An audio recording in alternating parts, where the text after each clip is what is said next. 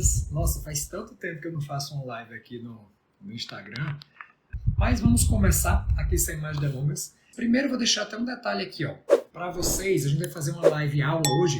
Aqui embaixo tem aquela caixinha de perguntas, né? Deixem as perguntas de vocês lá, que no final, quando a gente terminar de comentar, né, de explicar aqui esses detalhes, eu vou lá e vou abrir e vou conversar com vocês. A gente vai trazer essas perguntas para cá para serem discutidas. Então vamos lá. Entender que isso aqui é maravilhoso. Só para a gente ter ideia, vocês vão ver um pouquinho hoje das queixas das pacientes com endometriose. Mas antes disso, André, e o que é essa danada dessa endometriose que você tanto vem falando nesses últimos dias? Vale a pena a gente reforçar. Endometriose é uma doença inflamatória. E aí, um grande detalhe, esse caráter inflamatório da endometriose, por muitas vezes, ele é negligenciado. As pessoas esquecem que ela é uma doença inflamatória e que manejar a inflamação é uma das condutas mais importantes para que a gente possa ter controle da doença, controle da dor, controle dos focos e controle da progressão. Mas ela não é apenas uma doença inflamatória. Ela é uma doença inflamatória hormônio dependente. André, mas qual é o hormônio que faz com que a endometriose piore, que ela se agrave, que ela dissemine, que ela multiplique? O estradiol. Ou os estrogênios. O estradiol, que é o grande representante, é o hormônio produzido pelo ovário das mulheres durante a vida reprodutiva, durante o período fértil, e que faz com que as células de dentro do útero, tá vendo essa imagem que eu coloquei aqui embaixo? O útero ele tem um revestimento externo, que a gente chama de serosa, uma camada muscular, que a gente chama de miométrio, e a camada interna, onde coloca o DIU, onde se desenvolve o bebê. Então, é interessante a gente entender que endometriose é a presença de células dessa camada interna, que é o endométrio, fora do útero. A gente comentou isso ontem. A endometriose é quando essas células estão fora do útero. Por que é importante a gente comentar isso? Porque histerectomia, que é a retirada do útero, ele não cura endometriose. E tem vários pacientes, todos os dias eu recebo aqui na caixinha do direct, doutor André, se eu fizer histerectomia, eu vou curar a minha endometriose? Infelizmente, não. A gente comentou nos 3 dias do Endometriose Experience. Não existe cura para a endometriose, infelizmente, e ainda.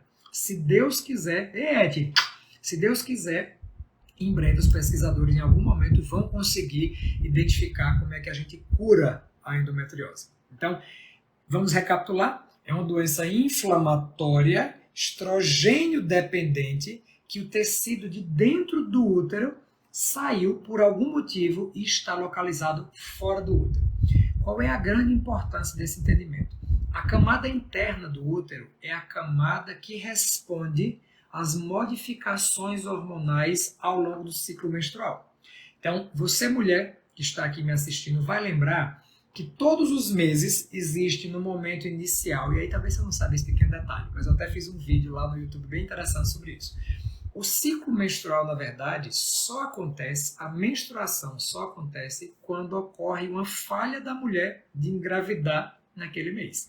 Na prática, a mulher deveria engravidar todos os meses e nunca menstruar, mas obviamente que isso não acontece. Então, existe um controle muito intricado de hormônios que são liberados de modo sequencial para que ocorra um ciclo menstrual. Aqui no hipotálamo, uma região aqui no cérebro, existe um hormônio chamado GnRH, o Gonadotropin Releasing Hormone. É o hormônio liberador das gonadotrofinas. Quais são essas gonadotrofinas? São os hormônios produzidos aqui embaixo, quase aqui atrás do olho, na hipófise, FSH, que é o Follicle Stimulating Hormone, e LH, que é o Luteinizing Hormone, ou seja, hormônio que estimula o crescimento de folículo e hormônio que luteiniza esse folículo. Qual a importância disso? O FSH que foi liberado aqui vai lá no ovário da mulher e estimula esse ovário a produzir estradiol. Aí vamos juntando os pontos.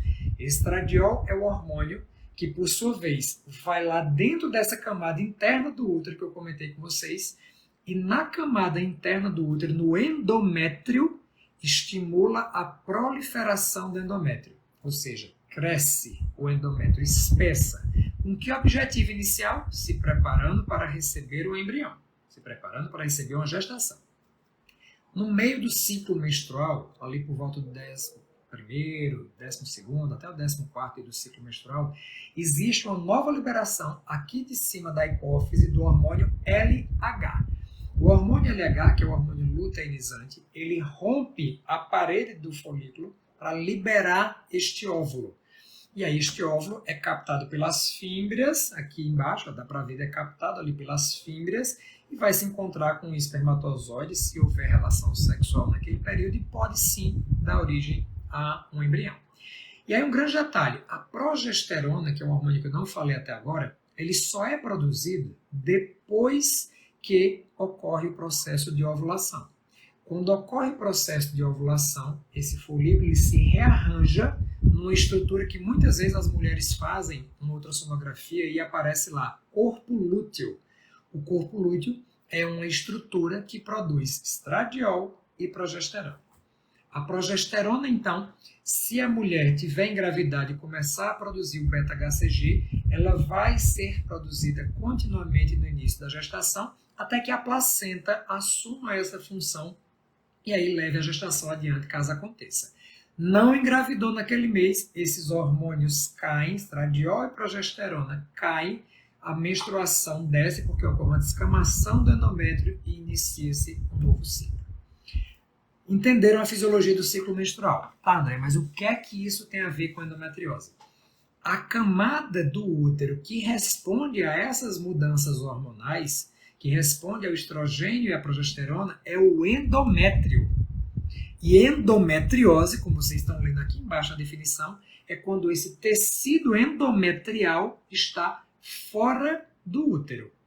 Perfeito, André. Então imagina que uma mulher tem um foco de endometriose em cima do intestino. Tá. Sabe o que é que acontece? Não é exatamente assim, mas só para vocês entenderem. O que acontece é que, nos primeiros dias do ciclo menstrual, o FSH, produzido pela hipófise, vai lá no ovário e aumenta a produção de estradiol. O estradiol vai no tecido de dentro do útero, no endométrio, e estimula o espessamento dessas células. Espessamento e proliferação. Tá, e o que é que acontece com aquela célula endometrial que está fora do útero? Ela se espessa também. Ela aumenta a vascularização, ela aumenta a angiogênese. Hoje, meus alunos, amigos, queridos, entrando aqui, que honra. Então, essa célula de endometriose que está fora do útero, quando o estrogênio começa a ser produzido, ela também vai se espessando. Imagine isso. E aí, a progesterona, na segunda etapa, começa a ser produzido, mas existe uma condição chamada resistência à ação da progesterona nas mulheres com endometriose, ou seja, o estradiol ele fica com desbalanço, o estradiol sempre mais alto, progesterona mais baixo e pouco funcionante. E aí, com isso, imagina que quando a mulher menstrua, existe também uma menstruação naquele foco de endometriose.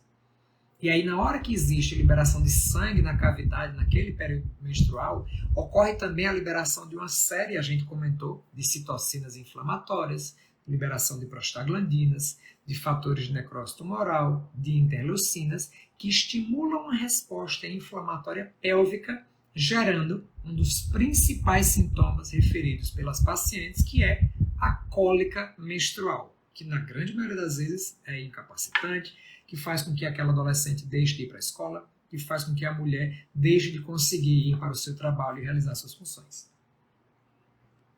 Até aí, tudo entendido? Estão conseguindo me acompanhar? As dúvidas, eu já vi que tem assim 25 dúvidas aqui embaixo, vão colocando. No final, eu vou escolher as melhores para a gente ir respondendo. E encaminha aí para o pessoal, manda para os amigos. Uma aula dessa, de graça, uma hora dessa. Tô brincando. Vamos lá, seguindo.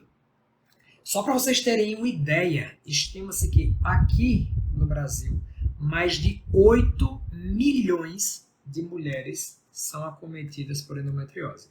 Vocês já devem ter visto isso aqui. Em março sempre existe aquela campanha, né, da endometriose. E a campanha sempre é essa, ó, 1 in 10.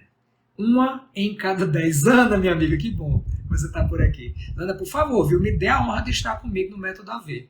Até porque as pacientes aí do Maranhão precisam de você. Então, lembra que 1 em cada 10 mulheres apresenta endometriose. Então, nós temos aqui 200 pessoas por enquanto assistindo. Vamos bater 500 pessoas, por favor? Então, 200 pessoas assistindo essa live. Se forem 200 mulheres, uma em cada 10. Ou seja, 20 mulheres que estão aqui. Perdão. Desculpa, que eu estou aqui com a faringite orando. E sou ruim em matemática, deu para notar, né?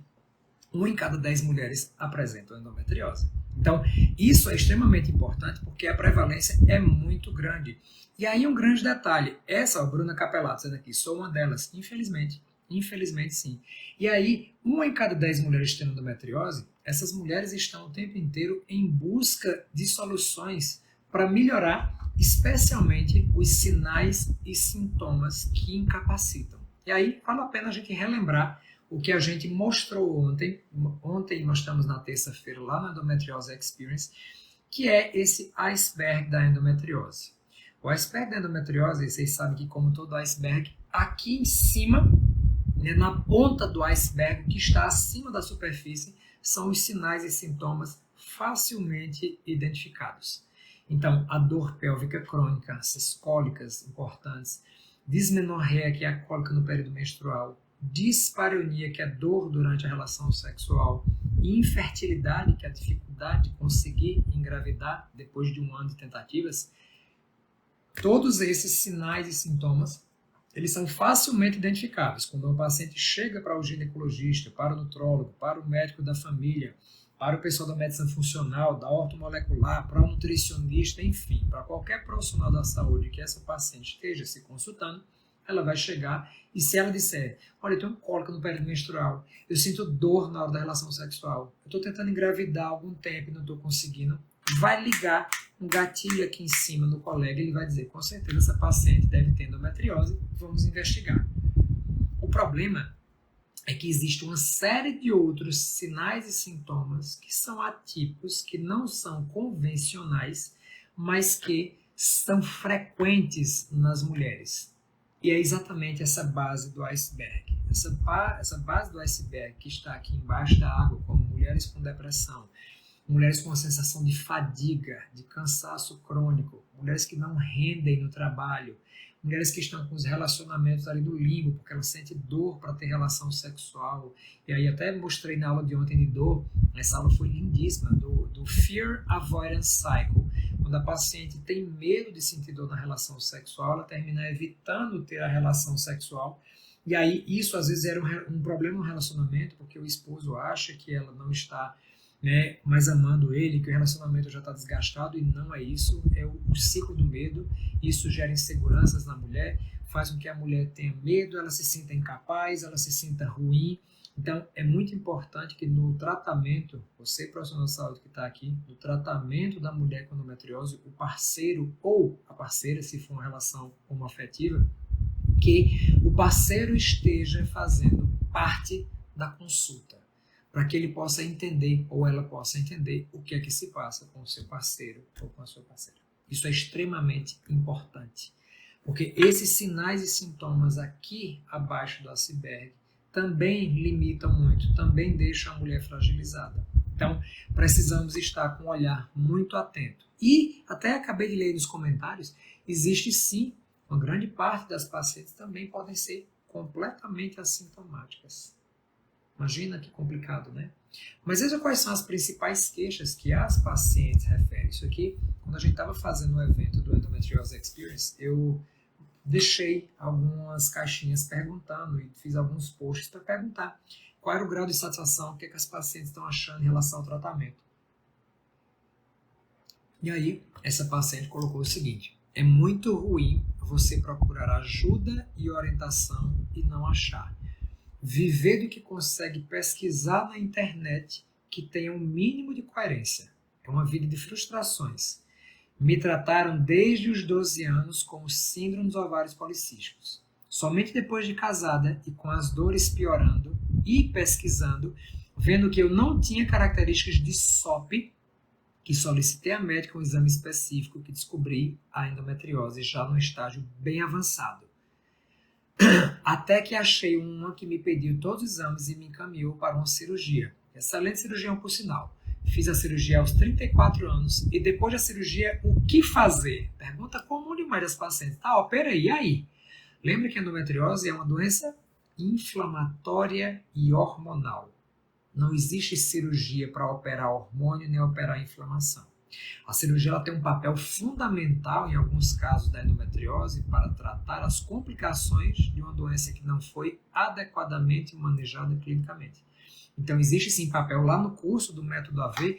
Semana que vem, no comecinho de fevereiro, acho que é na segunda semana, vai ter uma aula maravilhosa de um dos mentores do curso, Dr. Rodrigo Fernando, um grande cirurgião, que vai exatamente discutir com você, meu amigo profissional da saúde, meu amigo médico que está lá no curso, sobre qual é e quais são, na verdade, as reais indicações. Quando é que eu não posso deixar de fazer o tratamento cirúrgico para endometriose?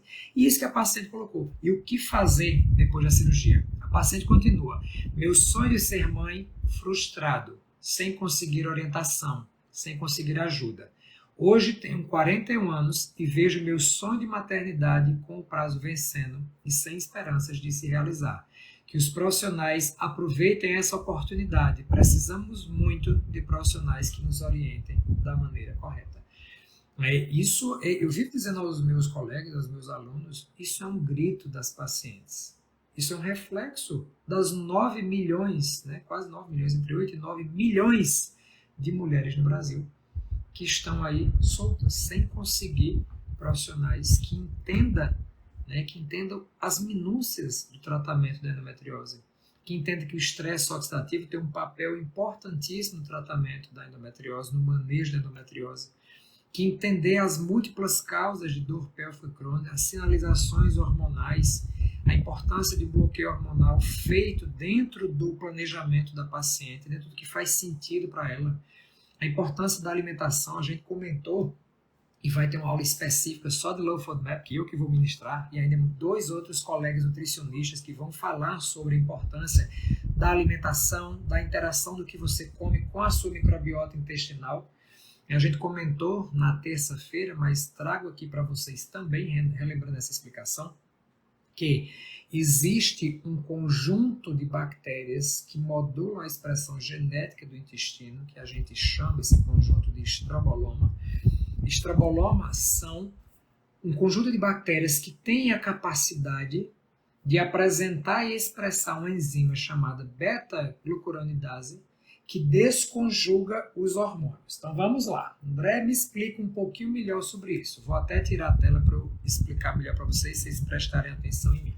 Então, o que é esse contexto? Estou aqui comendo meu alimento, e aí na hora que esse alimento é digerido pelo pH ácido do estômago, existe uma quebra, uma proteólise no estômago, e depois isso cai dentro do intestino, e aí lá existe uma proteólise agora em pH básico, em pH alcalino. E nesse contexto, a população de bactérias intestinais, se você tiver um desequilíbrio da quantidade de Bacteroidetes e Firmicutes, você pode ter esse estroboloma descompensado, de tal modo que os hormônios que são produzidos estão circulando no corpo inteiro, eles chegam, porque na hora que você tem um hormônio, esse hormônio ele sai do seu órgão onde é produzido, por exemplo, no caso do ovário. O estradiol é produzido no ovário, depois ele vai ser metabolizado pelo sistema enterohepático, então vai ser metabolizado nas vias de detoxificação, fase 1 ou fase 2, as duas fases, fase 1 e fase 2. Na fase 1, através das reações do complexo do citocromo P450, notadamente a parte de hidroxilação, e na fase 2, dentre as 6 reações de fase 2, para o contexto do metabolismo estrogênico, a gente vai falar da parte de metilação e de glucuronidação. Essa parte é a capacidade que o corpo tem de quebrar. O hormônio foi lá, foi produzido no ovário, se ligou na sua célula, depois ele precisa ser eliminado do organismo. Hormônios, especialmente os hormônios esteroides, eles são produzidos sob demanda. O corpo precisa, o hormônio é liberado. Ninguém estoca estrogênio no ovário. Existe a liberação do GnRH, que estimula a FSH, que vai lá no ovário e faz com que ocorra uma produção de estradiol mediante necessidade. Perfeito. Então, depois que esse hormônio é desconjugado, na verdade nem é desconjugado, ele é eliminado pela metabolização hepática, ele cai dentro da bile, ele chega lá no intestino. E aí, se no intestino esses... Vocês lembram que o estrogênio ele está conjugado, quando ele sai do fígado e passa na bile e cai no intestino, ele está aqui ainda conjugado, na grande maioria das vezes, pela SHBG, a Sexual Hormone Binding Globulin. E aí, lá na microbiota intestinal, se você tem essa população intestinal desequilibrada, produzindo muita beta-glicuronidase, você vai conseguir desconjugar. Na hora que você desconjuga, esses estrogênios que sairiam dali do intestino para as fezes, eles voltam a ser reabsorvidos pela circulação. E isso é um detalhe importantíssimo, porque excesso de estrogênio faz o que com a endometriose? Piora os focos de endometriose. Então veja a importância da gente falar sobre isso, né? Veja a importância da gente entender sobre microbiota intestinal, entender sobre o impacto que a alimentação traz para a qualidade de vida das pacientes. Por isso que a gente não traz, né, dentro do curso, quando a gente imaginou o método AV, a gente não fez um curso para te ensinar a prescrever pílula anticoncepcional, porque isso todo mundo já faz, né? Isso todo mundo já faz o tempo inteiro. E eu não estou dizendo que está errado, não, jamais. Isso é terapia de primeira linha, bloqueio hormonal com anticoncepcional. Mostrei ontem na aula. Mas o problema é que só isso também não vai resolver. Porque 30% das pacientes são refratárias ao tratamento convencional. Tá? Então, isso é extremamente importante para que a gente possa entender. Maravilha, vamos voltar aqui para a nossa aula. Uma das queixas mais comuns, e até que essa paciente comentou aqui, foi a infertilidade. Ela está aí com 42 anos e não conseguiu engravidar. Eu trouxe esse slide na segunda aula, né, da terça-feira. Vão lá e assistam lá no canal do YouTube, que vai sair do ar. O curso está finalizando a primeira turma, né? E recomendo que, se você ainda não se inscreveu, se inscreva, até porque essa primeira turma a gente tem um carinho especial, como toda primeira turma, e a gente, com o grande objetivo de fazer com que mais e mais profissionais possam estar dentro desse curso, possam aprender com tantos colegas e profissionais e trocar informações com o objetivo de impactar a vida das mulheres. A gente fez realmente um preço bem abaixo do que o que realmente esse curso merece, com o grande objetivo de compartilhar mesmo, de compartilhar e trazer mais pessoas para que a gente possa ter esse efeito multiplicador. Na terça-feira, eu trouxe esse slide. Esse slide foi publicado na Cell e ele mostra o seguinte: ele mostra todas as fases do processo reprodutivo que são impactados negativamente pela endometriose. Então, quando a gente olha do ponto de vista ovariano, existe alteração da foliculogênese, bloqueio do crescimento dos folículos, defeitos de fase lútea e alteração da esteroidogênese. Lembra que o próprio processo inflamatório que ocorre dentro da pelve estimula, entre algumas coisas, o aumento da proteína STAR, que é aquela primeira enzima da cascata da esteroidogênese, que pega o colesterol e joga na mitocôndria para ser convertido em hormônios. E aí existe também uma alteração de downregulation da 17-beta-hidroxisteroide deshidrogenase, que é a enzima que pega o estradiol, que é extremamente potente, e é o estradiol que piora e que acende, é a querosene da endometriose. E aí, quando você não tem a enzima que transformaria esse estradiol em estrona, que é um estrogênio menos potente, a gente vai ter um efeito crescente de estimulação dos focos de endometriose pelo estradiol. Então, essas são duas coisas. A ativação da aromatase. A aromatase ela é mais expressa. E aí, na hora que você tem mais aromatase expressa, você tem mais conversão de androgênios em estrogênios. Então, isso tudo acontece aqui também, dentro desse contexto de alteração da esteroidogênese mediada pelas alterações inflamatórias da endometriose. Doutor Lázaro, meu amigo, que bom ter você aqui, meu irmão. Mas tudo certo, a gente já viu que existe um impacto dentro do ovário, mas e na ovulação?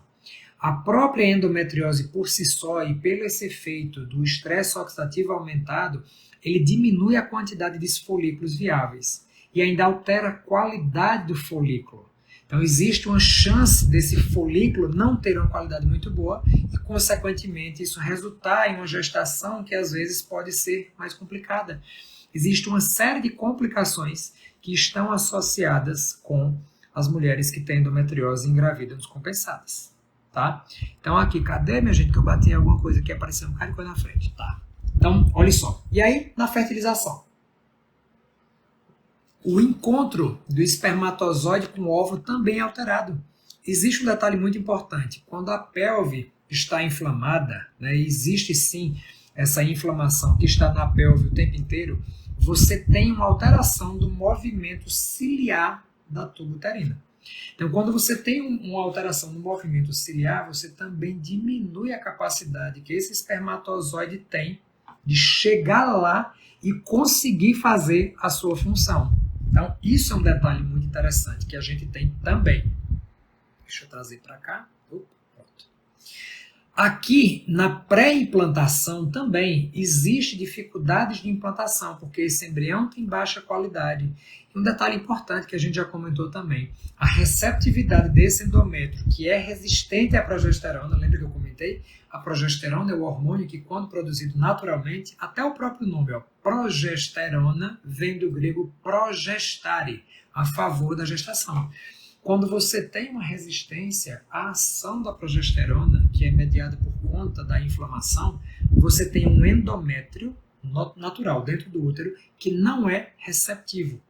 Então você tem dificuldade de ter uma implantação adequada. E isso gera as complicações comuns que existem durante a gravidez, como perdas gestacionais precoces, abortamentos de repetição. A gente mostrou isso na aula de terça-feira também. Então, existe toda essa necessidade da gente entender que quando a gente está diante de uma mulher com endometriose e quer engravidar, não é só mandar ela fazer uma fertilização. Porque se essa paciente estiver descompensada, se a inflamação dela estiver descompensada, a chance dela não conseguir engravidar é muito alta, e se ela engravidar, ela tem uma grande chance de ter alguma complicação, de ter algum abortamento, e essa gestação não evoluir. E aí vejam mais coisas. Trouxe aqui também. É outra paciente que comentou isso aqui, ó. Tantas mulheres assim como eu que passam diariamente por dores intensas de endometriose. Tenho certeza que se fosse um homem já teriam achado a causa e inventado a solução. Infelizmente não, porque o pessoal tem procurado, viu? Para todas vocês mulheres. Triste realidade. Espero que muitos médicos se inscrevam para a gente parar de ouvir a abobrinha. Obrigado por compartilhar conhecimento. E aqui essa paciente colocou: acabei de sair do consultório e me mandaram voltar a tomar pílula. Já estou há 6 anos sem tomar, não queria voltar. Deve ter outros heróis para tratar endometriose. A gente escuta o tempo inteiro pacientes reclamando que a única coisa que é dada como opção para elas é a prescrição de pílulas anticoncepcionais, que sim, fazem sentido, tá? Mas isoladamente não são capazes de responder às expectativas da paciente, porque existe uma série de efeitos colaterais em relação ao uso de anticoncepcional, se você está fazendo apenas ele puramente, se você não está vendo que essa mulher é muito além do que a doença que ela tem, vendo que ela precisa ter lubrificação, que ela precisa ter qualidade de vida sexual, que ela precisa ter humor, que ela precisa estar feliz, que ela precisa ter uma alimentação saudável, que ela precisa de orientações em relação à atividade física. Então, são muitos detalhes que precisam ser abordados. E vai além. Outra colega comentando aqui, outra paciente: estou lutando contra endometriose profunda, muita dor, inchaço, desconforto. Tomo vários remédios e tenho crises há anos, às vezes acho que nada alivia.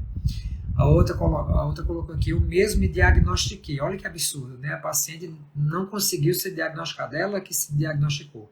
E quando finalmente um profissional confirmou, foi tarde para mim. Perdi todos os meus órgãos reprodutores, fora parte de outros. Anos de dores, desconfortos, culpa, enfim. Que bom que hoje as coisas evoluíram, que todas tenham mais acesso a bons profissionais e a recursos adequados. Infelizmente, doutora Ana de Lourdes, que honra ter você por aqui, minha amiga. Muito obrigado, viu? Eu vi que você já está inscrita. Muito, muito obrigado. A Paraíba agradece ter mais um profissional. Até já lhe indiquei ontem, viu? Paciente de João Pessoa. Que bom. Então, é muito bom, né? A gente ter amigos, assim como a doutora Ana, que apesar de estar no ápice profissional, mas quer continuar se reciclando, quer continuar aprendendo, quer continuar trocando, né? Porque isso não é nenhum aprendizado, é uma troca o tempo inteiro. Que bom estar por aqui. E aí vamos além. Aqui a gente teve, só para a gente finalizar, eu vou entrar com outra coisa interessante aqui. O paciente colocou aqui: tem endometriose e anos atrás fiz cirurgia para tirar um foco, e agora sim que tem vários. Sim, vocês sabem que existe uma taxa de recidiva muito grande da endometriose, mesmo após a cirurgia. Eu mostrei um trabalho super recente, publicado agora em 2019, que mostra que se a paciente sai da cirurgia e depois da cirurgia não é feito absolutamente nada, não é feito nenhuma orientação, não é prescrito nenhum bloqueio hormonal para essa paciente, em 3 anos, em 36 meses, 29% das pacientes tendem a ter que operar novamente, tendem todos os seus focos a recrudescerem. Então é muita coisa. 30% dos casos a doença volta se você não fizer nada. Então não dá para nós terminarmos a cirurgia e dizer, tá bom, querida, vai para casa. Não é um apêndice que você tirou, um apendicite, e você resolveu e a doença sumiu. Infelizmente não é assim. Porque o que a gente opera na endometriose são os focos visíveis da doença. Ninguém opera o hormônio e ninguém opera a inflamação, que são as grandes causas da endometriose. A outra paciente colocou aqui, ó, eu tenho endometriose, faço tratamento há 6 meses e não mudou nada, não menstruo mais, porém todo mês eu sinto dores horríveis, às vezes não consigo andar de tanta dor e todo mês tenho que ir ao hospital tomar injeção para a dor, porque comprimidos não têm mais efeito. Caiu exatamente nessa casuística publicada agora no New England Journal, mostrando que 30% das mulheres que têm endometriose não respondem ao tratamento convencional. E aí? E aí você vai dizer, então, querida, só lamento, viu? Na próxima encarnação, se Deus quiser, você nasce endometrial, mas nessa vida você está fadada a viver mal, a não ter qualidade de vida. É isso que a gente vai fazer por essas 9 milhões de mulheres que estão no Brasil desesperadas por um tratamento mais fisiológico, por associações de tratamento que possam devolver qualidade de vida, porque a paciente é o seguinte, e aí vocês estão aqui para me dizer se não é verdade, vocês não estão nem aí para qual é o tipo de tratamento, você quer ficar boa, né? Doutor, por favor, eu só quero estar boa, se o senhor achar que eu preciso operar, e depois de operar, fazer um outro tratamento, preciso usar uma terapia endovenosa, eu preciso usar canabidiol, eu preciso, enfim, o que eu precisar fazer para ficar boa e ter qualidade de vida, eu faço. Todos nós estamos buscando apenas saúde e qualidade de vida. É isso, né? Se tiverem dúvidas, coloquem aqui, ó, só para não atrapalhar, porque se eu ficar olhando para cá, eu vou me dispersar. Mas aqui embaixo tem uma interrogaçãozinha, deixa lá sua pergunta. No final, quando eu fechar aqui a aula, eu vou abrir para tirar as dúvidas de vocês, especialmente dos profissionais da saúde. Vários tinham me dito que estavam com dúvidas em relação a detalhes do curso, dos módulos e até de casos de pacientes. Se tiverem, pode colocar aqui, que vai ser um prazer já começar a discussão aqui antes de começarmos lá no curso.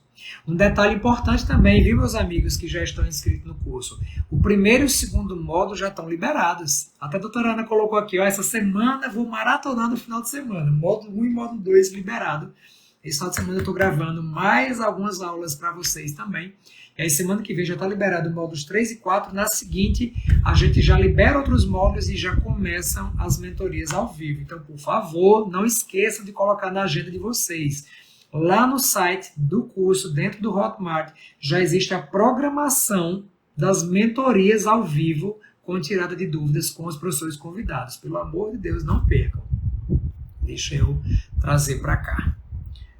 Olha só. Aqui, uma última fala de paciente que eu já vou mostrar, porque é um gancho para o que eu vou explicar para vocês daqui a pouco. Essa paciente colocou aqui, boa noite, tenho endometriose e há alguns meses apresentei síndrome ovários policísticos. Quando estou próximo de menstruar, sofro com dor. Olha só.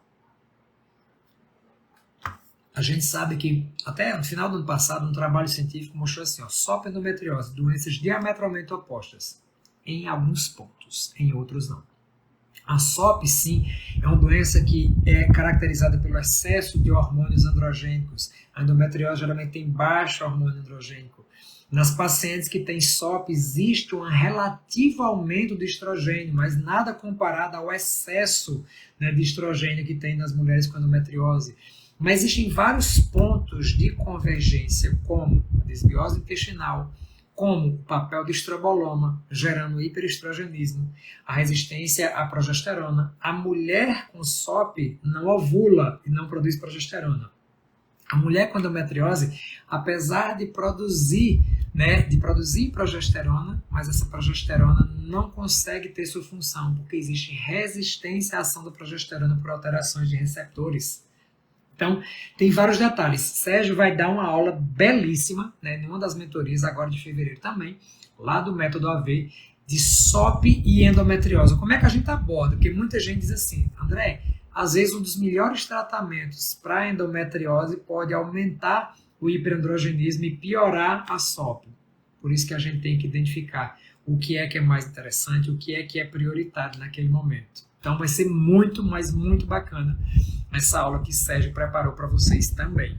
E aí, até colocar aqui embaixo, essa outra paciente colocou o seguinte, tem uma endometriose de quebra trombofilia, ela não colocou qual. Já passei com vários médicos, já fiz cirurgia há mais de 10 anos para retirada dos focos e há pouco mais de 3 anos voltou tudo novamente pior. Eita, entra na casuística, né? 3 anos, 36 meses. O trabalho era, se a paciente sai de uma cirurgia com endometriose, eram mais de 870 mulheres. 2.000 mulheres foram randomizadas, fizeram a cirurgia, 1.200 depois da cirurgia ficaram usando o Dienogest, várias perguntaram aqui, né?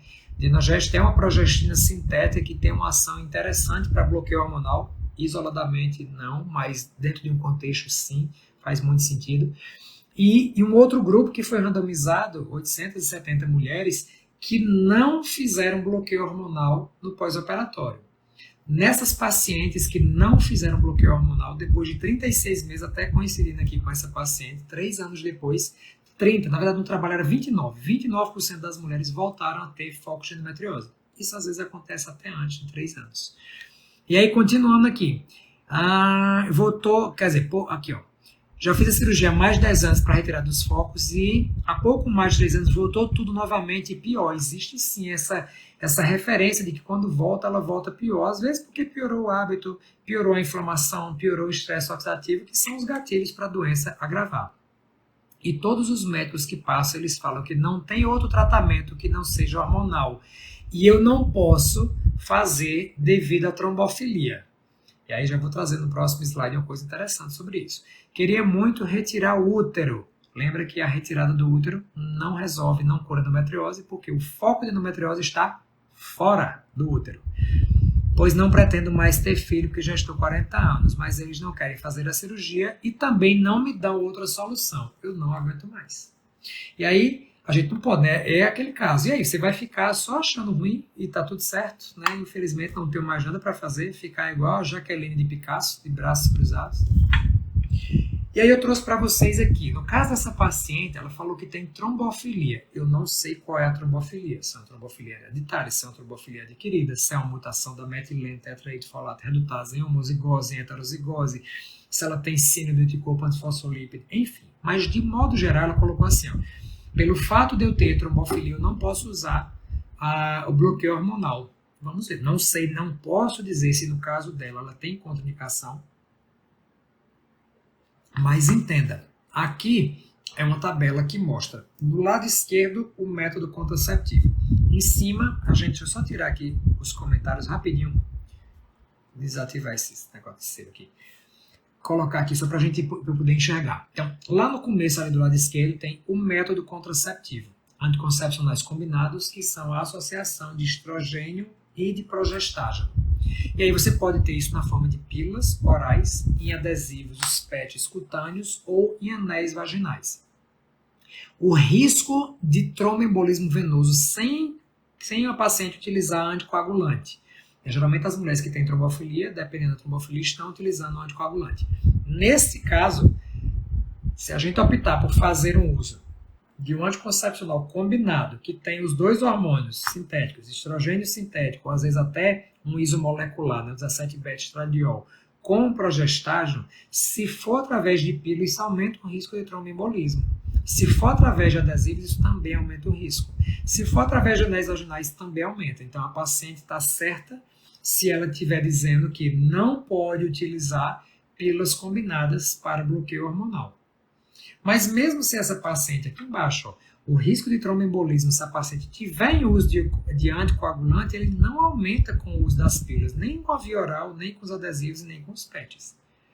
E nesse gráfico embaixo, os anticoncepcionais cuja base é apenas um progestágeno, uma progestina, ou seja, não tem o componente estrogênico, se for na forma de pílula, se for na forma do DIU medicado com levonorgestrel, se for com os implantes subcutâneos ou for com os injetáveis de progestágeno, nas 3 primeiras opções, pílula de progestágeno, DIU de progestágeno e implante subcutâneo de progestágeno, não aumenta risco.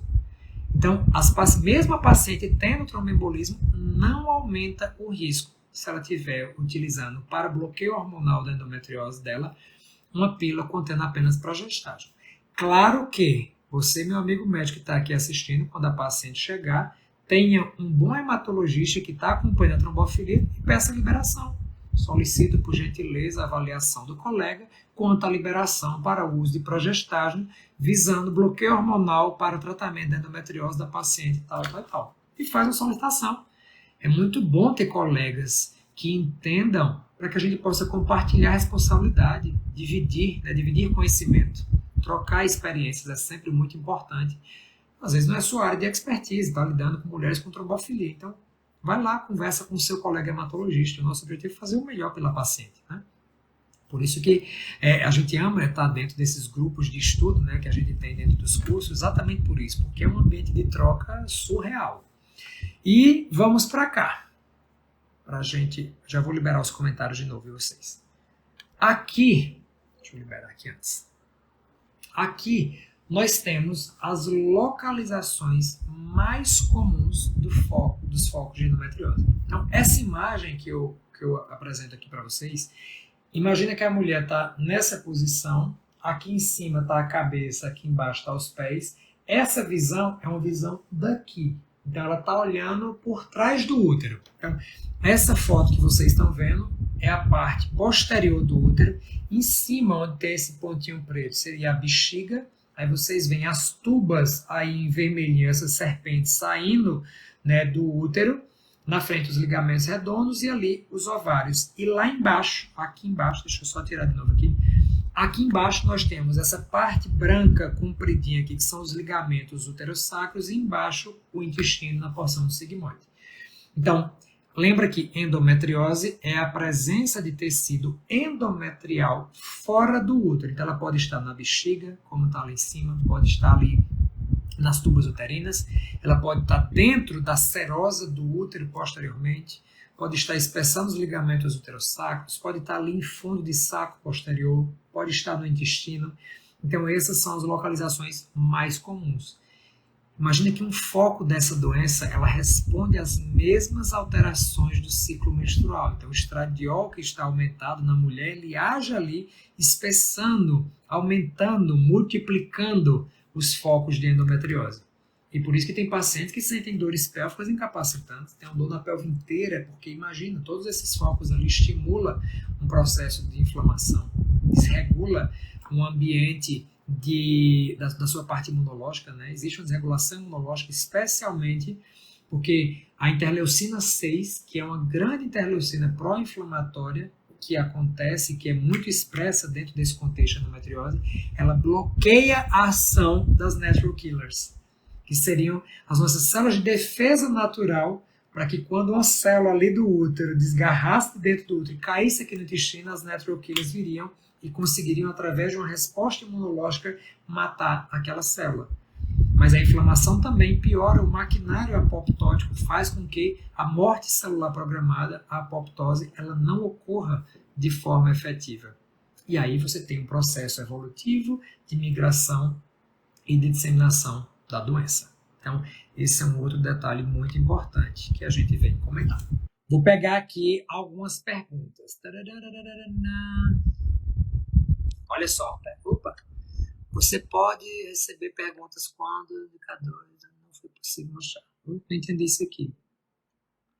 Você pode receber perguntas quando os indicadores visuais estão ativados, mas não é possível mostrar. Ah, vocês não vão conseguir ver, então eu vou ter que ler para vocês.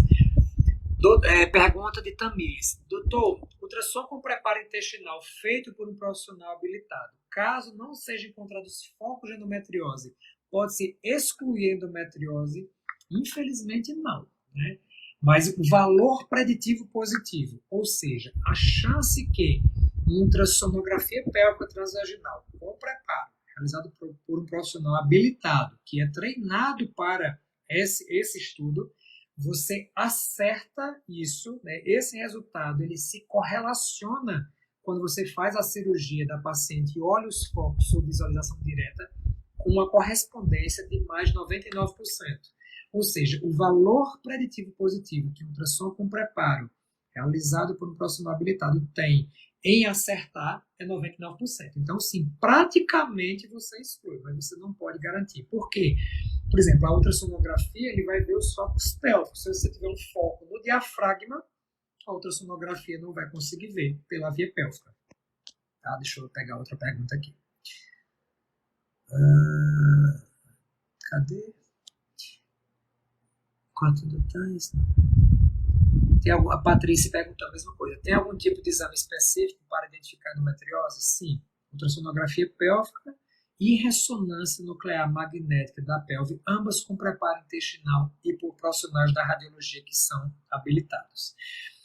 Poliane Naruti perguntou, então, o ideal é suspender o ciclo menstrual para evitar o sangramento? Yes. Perdão. Toda paciente com endometriose que não está tentando engravidar naquele momento deve, idealmente, se não houver contraindicação, manter o seu ciclo bloqueado.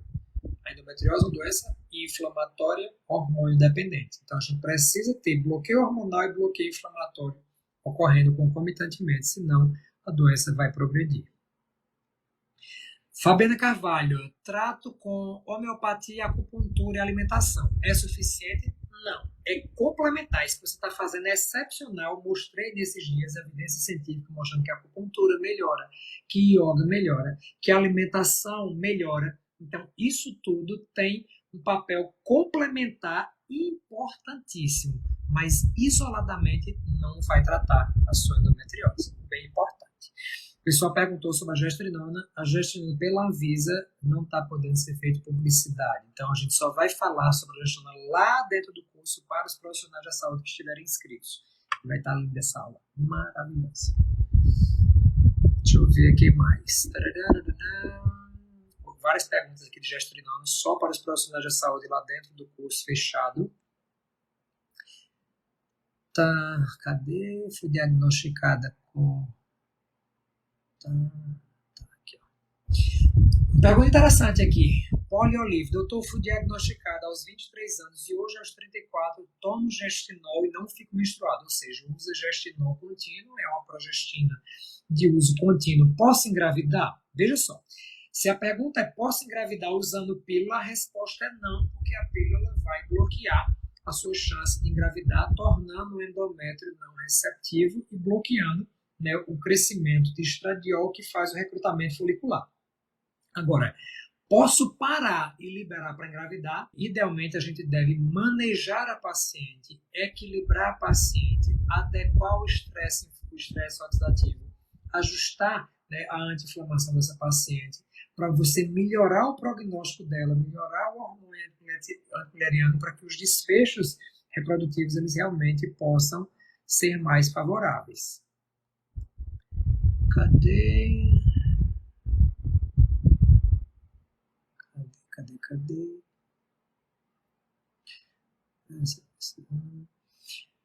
Francis, pergunta interessante. Francis Line. Boa noite, doutor. Eu queria saber se uma pessoa virgem pode ou não ter endometriose. Pode. Não existe associação entre vida sexual e endometriose. Né? Existem várias teorias, 6 ou 7 teorias que tentam explicar por que é que a endometriose ocorre. A teoria da menstruação retrógrada, da metaplasia celônica, da autoimunidade, a teoria de Javé, enfim, são várias, mas não tem relação com a vida sexual. Você pode ter nascido com uma herança genética da sua mãe. Durante o seu desenvolvimento, alguma alteração milleriana descambou uma célula ali e foi implantar-se fora. A teoria hematogênica, a teoria da metaplasia celômica, então não tem relação. Fabiana, qual suplementação você considera obrigatória para a mulher com endometriose? Aí são várias, depende do seu perfil, mas a gente comentou na live que tem evidência científica para a vitamina D. A vitamina D em níveis otimizados, ela vai conseguir estimular a produção de progesterona, diminui a resistência à progesterona, melhora, né, o prognóstico da dor. O ômega 3 ele tem uma ação importantíssima, desde que a dose seja correta, né, que seja um ômega de boa qualidade, que tenha uma proporção adequada de EPA e DHA para que você consiga balancear. A gente sabe que o ômega 6 ele é derivado do ácido araquidônico. O ácido araquidônico é um grande vilão da endometriose. Então, a gente precisa equilibrar a relação ômega 6 e ômega 3. Então, sim, é um outro suplemento. Mas se a mulher está tentando engravidar, tem vários. A coenzima Q10, a melatonina tem uma ação de estimular a glutationa peroxidase, a superoxidismutase. Então, depende muito. Suplementação é algo extremamente individualizado. Deixa eu ver aqui mais perguntas.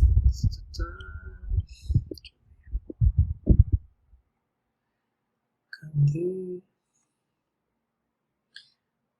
Aqui, ó. Doutor, fiz cirurgia em dezembro.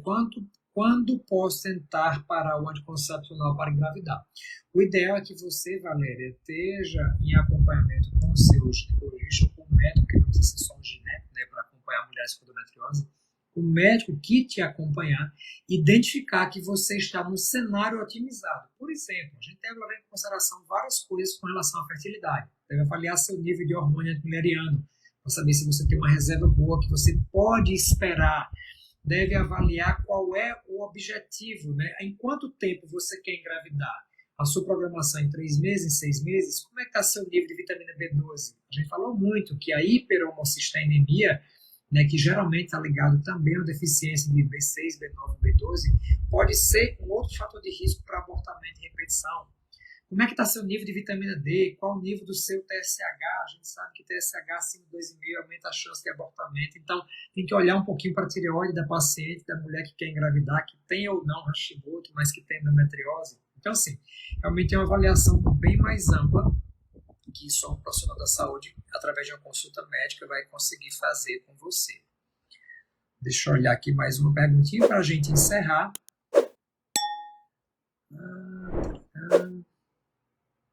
Pergunta de Tatiana Moreno. Na gravidez, as dores aumentam? No geral, não. Até coloquei isso ontem, né? Uma das coisas. Um dos mitos é que as mulheres, às vezes, acreditavam que a gestação curava a endometriose. A endometriose não tem cura.